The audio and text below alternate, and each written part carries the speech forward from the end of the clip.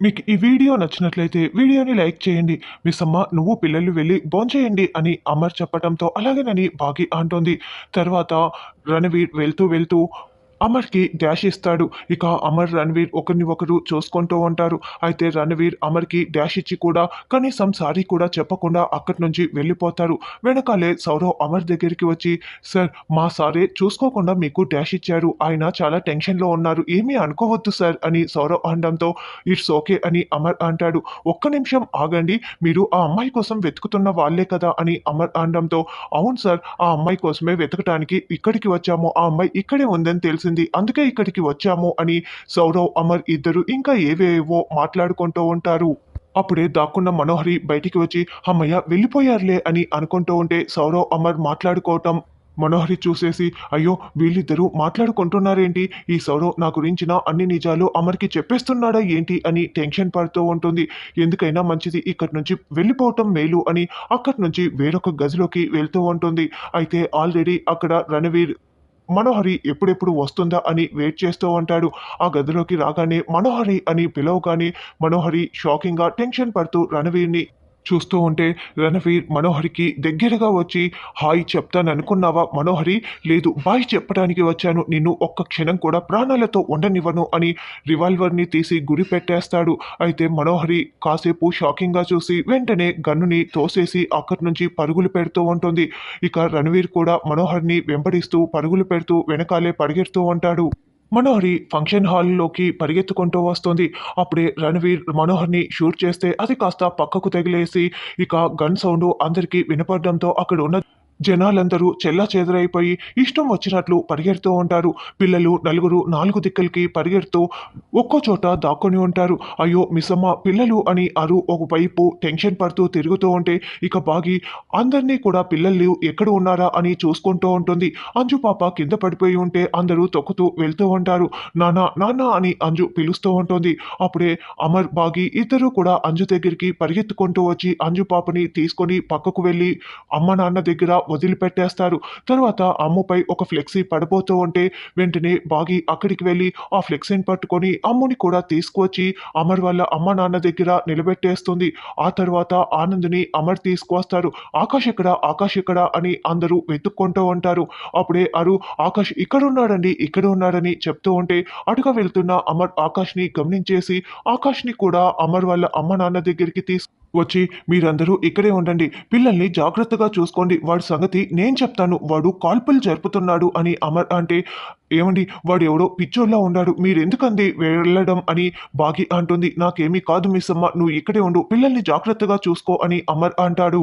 "ఎక్కడున్నావే? నువ్వు ఇక్కడే ఎక్కడో ఉన్నావని నాకు తెలుసు. దాక్కున్నావని కూడా నాకు తెలుసు. మర్యాదగా బయటికి వస్తావా లేదా" అని రణవీర్ గన్ పట్టుకొని అరుస్తూ ఉంటే చుట్టూ జనాలు ఇంకా భయపడిపోతూ ఉంటారు. అప్పుడే అమర్ అక్కడికి వచ్చి అతన్ని గట్టిగా పట్టుకుంటూ ఉంటాడు. "చూడు నాకు కావాల్సింది నీ ప్రాణాలు కాదు. నాకు కావాల్సిన వాళ్ళ కోసం నేను వెతుక్కుంటూ ఇక్కడికి వచ్చాను. మర్యాదగా అడ్డు తప్పుకో. లేకపోతే నీ ప్రాణాలు తీయటానికి కూడా నేను వెనకాడను" అని రణవీర్ అమర్ నుంచి తప్పించుకోవటానికి ప్రయత్నిస్తూనే, గుంజుకుంటూనే మాట్లాడుతూ ఉంటాడు. "నా ముందు ఒకడు ఇలా గన్ ఫైట్ చేస్తూ ఉంటే నేను ఉండి కూడా చూస్తూ ఊరుకుంటాననుకుంటున్నావా? అసలు పార్టీ ప్లేస్‌లో నువ్వు గన్ ఫైట్ చేస్తావా? ఎంత ధైర్యం ఉంటే ఇలా చేస్తావు? నేను నిన్ను అస్సలు వదలను" అని అమర్, రణ్వీర్ ఇద్దరూ కొట్టుకుంటూ ఉంటారు. అప్పుడే పోలీసులు అక్కడికి వస్తారు.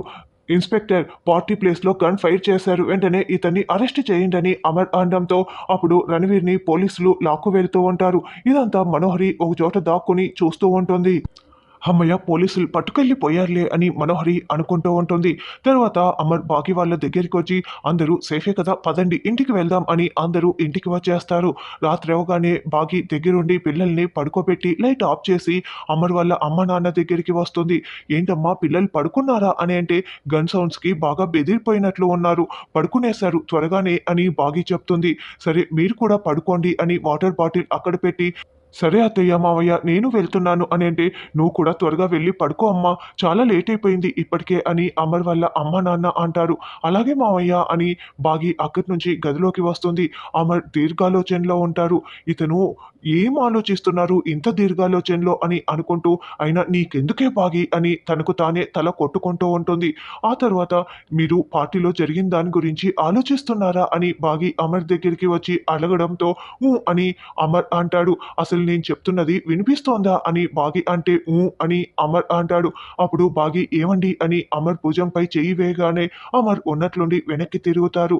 ఏంటి మిస్ అమ్మ నువ్వెప్పుడు వచ్చావు అని అంటే, మీ బ్రెయిన్ కూడా ఇక్కడే ఉండి ఉంటే నేను ఎప్పుడు వచ్చానో మీకు తెలుసుండేది అని బాగి మనసులో అనుకుంటూ, ఏంటండి ఇంకా పార్టీలో జరిగిన దాని గురించి ఆలోచిస్తున్నారా? పిల్లలు చాలా భయపడిపోయారు. ఇప్పుడు బాగానే ఉన్నారు. పడుకుండి పోయారులెండి అని బాగి చెప్తుంది. కానీ వాళ్ళు ఎందుకు మనం ఎక్కడికి వెళ్తే అక్కడికి వస్తున్నారు? ఎందుకని అమర్ అంటే, అంటే ఇంతకు ముందు కూడా వాళ్ళు వచ్చారా అండి అని బాగి అంటుంది.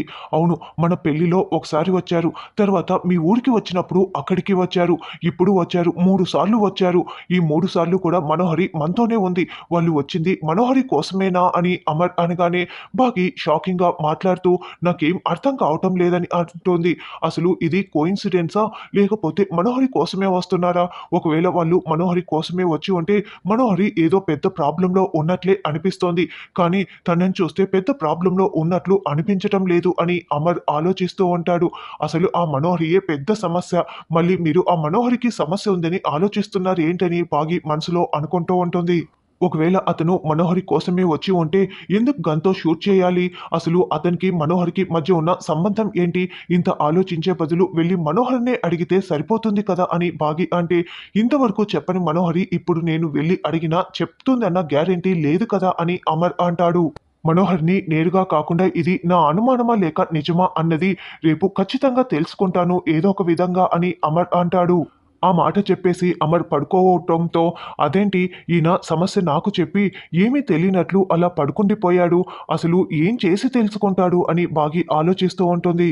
తరువాత మనోహరి కారులో వెళ్తూ ఉంటే అప్పుడే వెనక సీట్‌లో నుంచి రణ్వీర్ మనోహరి అని పిలవటంతో మనోహరి ఒక్కసారిగా కార్‌ని ఆపేసి వెనక్కి తిరిగి చూస్తుంది. వెనక సీట్‌లో రణ్వీర్ కోపంగా చూస్తూ ఉంటాడు.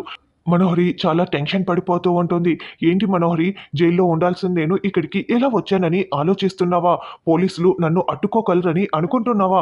పోలీసులు నాకు లెక్క చెప్పు అని రణవీర్ అనడంతో, రణవీర్ నీకు దండం పెడతాను. నీకేం కావాలో చెప్పు.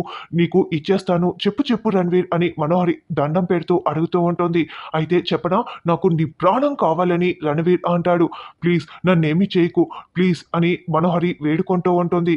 ఏంటి మనోహరి, నువ్వు వెతుకుతున్నది గన్ను కోసమే కదా అని రణవీర్ తన చేతిలో ఉన్న గన్నుని చూపిస్తూ ఉంటాడు. అప్పుడే మనోహరి కార్ డాష్‌బోర్డ్‌లో గన్ను కోసం వెతుక్కుంటూ ఉంటుంది. అంటే ఆల్రెడీ రణవీర్ ఆ గన్నుని తీసేసుకొని ఉంటాడు. ఇప్పుడు నీ ప్రాణాలు నేను ఖచ్చితంగా తీసేసే తీరుతాను అని అంటే, ప్లీజ్ నన్నేమి చేయొద్దు, నన్నేమి చేయొద్దని మనోహరి అంటుంది. ఏంటి మనోహరి ఇలా బతిమలాడుతున్నావు? ఇదంతా నీకు సూట్ అవ్వదే. నువ్వు నా పరువు తీసేశావు. చేయాల్సిందంతా చేసేసి ఇప్పుడు ఇలా మాట్లాడుతున్నావు. ఇప్పుడు నీకు మాట్లాడే రైట్సే లేవు. నేను నీ ప్రాణాలు ఖచ్చితంగా తీసేస్తాను అని అంటే, ప్లీజ్ అది మాత్రం చేయకు. నువ్వు ఏం చేయమన్నా చేస్తానని మనోహరి వేడుకుంటూ అక్కడి నుంచి పారిపోవాలని కారు దిగబోతూ ఉంటే అప్పుడే రివాల్వర్ గురిపెట్టేసి మనోహర్‌ని రణవీర్ షూట్ చేసేస్తాడు. దాంతో మనోహరి ప్రాణాలు పోయినట్లు చూపిస్తూ ఉంటారు. ఇదంతా కూడా మనోహరి కలగంటోంది. ఒక్కసారిగా గట్టిగా అరుస్తూ లేచి కూర్చుంటుంది. వెంటనే వాటర్ తాగి ఇదంతా కలనా? అయితే నిజం కాదనమాట. కానీ వాడు ఇక్కడి వరకు వచ్చాడంటే ఖచ్చితంగా నా ప్రాణాలు తీసేస్తాడు. వాడి నుంచి ఎలాగైనా తప్పించుకోవాలి అని మనోహరి మళ్ళీ నిద్రపోతుంది. ఉదయం అవగానే బాగి కిచెన్‌లో వంట చేస్తూ పిల్లలు త్వరగా కిందికి వచ్చేయండి రెడీ అయ్యి అని చెప్తూ ఉంటే, వస్తున్నాం మిస్సమ్మ అని పిల్లలు చెప్తారు. అప్పుడే మనోహరి గదిలో అటు ఇటు తిరుగుతూ, లేదు ఆ రణవీర్ నా ప్రాణాలు తీయకముందే నేను ఏదో ఒకటి చేయాలి. అసలు నేను ఇంత దూరం వచ్చింది అమర్‌ని పెళ్లి చేసుకోవటానికి కదా! ఈ అమర్, బాగి ఏమో ఒకరికి ఒకరు దగ్గరైపోతున్నారు. నేను ఇలాగే చూస్తూ ఉంటే రణవీర్ చేతిలో నా ప్రాణాలు పోవటం, వీళ్ళిద్దరూ దగ్గర కావటం జరిగిపోతుంది. ఇంత దూరం వచ్చి నేను ఇంత రిస్క్ చేస్తున్నది వీళ్ళిద్దరూ దగ్గరవుతే చూడటానికా? లేదు, వెంటనే మిస్సమ్మని ఇంట్లో నుంచి పంపించేయాలి. ఏదో ఒకటి చేయాలి అని ఏదో ఒక బాటిల్‌ని, అంటే పాయిజన్ లాంటి బాటిల్‌ని చేతిలోకి తీసుకొని హాల్‌లోకి వస్తుంది. అప్పుడే బాగి కిచెన్‌లో ఉంటే మనోహరి కిచెన్‌లోకి తొంగి చూస్తూ ఉంటుంది. నిర్మలమ్మ బాగిని పిలవటంతో "ఆ! వస్తున్నా అత్తయ్య" అని బాగి అక్కడి నుంచి వెళ్ళిపోగానే మనోహరి కిచెన్‌లోకి వచ్చి తన చేతిలో ఉన్న విషయాన్నంతా కూడా అన్ని రకాల వంటల్లో కలిపేస్తుంది. అప్పుడే అరు అసలు ఈ మనోహరి కిచెన్‌లో ఏం చేస్తోందా అని వచ్చి "ఏం కలుపుతున్నావే" అని దూరం నుంచి టెన్షన్ పడుతూ ఉంటుంది. మనోహరి మాత్రం మొత్తం విషయాన్ని అన్ని రకాల వంటల్లో కలిపేసి ఉంటుంది. అరు ఏమో చూస్తూ టెన్షన్ పడుతూ ఉంటుంది.